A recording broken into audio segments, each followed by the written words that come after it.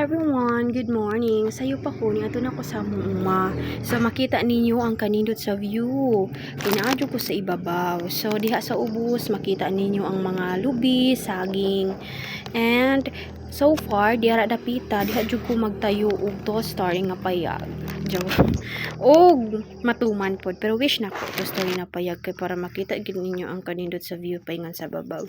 O mauna nga nindot dayo katanaw no kanang hangin. Hi ba? Hangin pa jud kaayo din. Morning. Nakita na kong among baka nga medyo nabuo, gigutom guro ni siya. So diha di ay guys, ako dang i-flex sa inyo ang among tangkong ngan.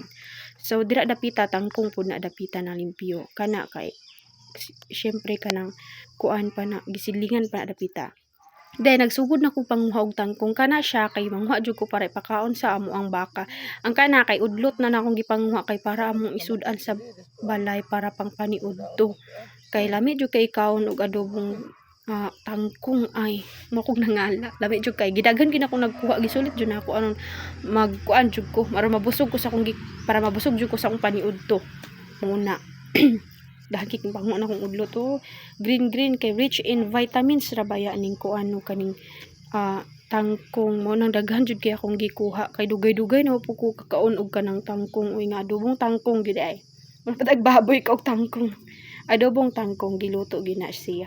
So mao na ang amo ang tangkungan and among baka nga hastang isuga gisungay ra biya ko ana. Muna nga bisag gisungay ko nimo ba paningkamutan gyapon akong kanang i-love ka. Love naman ta kadaan ba. O pakanon ta kaunya og karong kuan. Kanang say tawag ani?